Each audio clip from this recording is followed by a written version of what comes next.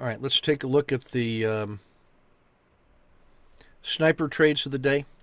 So this is a special one. This was a setup because it was a Fed day, and this is normal behavior as you approach the Fed. This is around noon, going towards 2 p.m., and you have that very tight channel.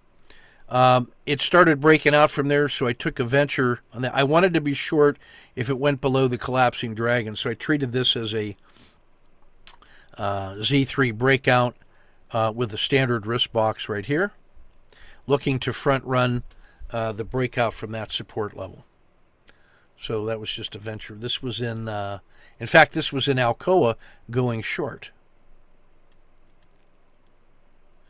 That did not follow through, so I cashed a half an hour loss, stopped and reversed when it broke through the breakout to the upside.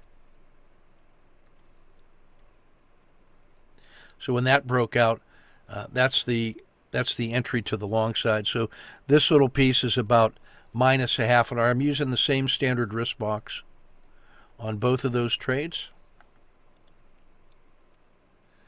That thing just worked at plus 2R battle drill, added a position, never tested.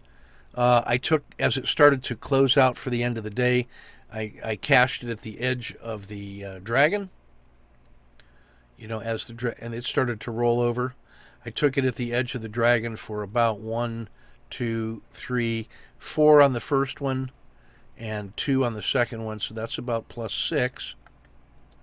And then that took us into the close for the day. So that was an opportunity trade in the afternoon, based on being prepared and knowing that the Fed always gives us some last minute volatility that's very tradable.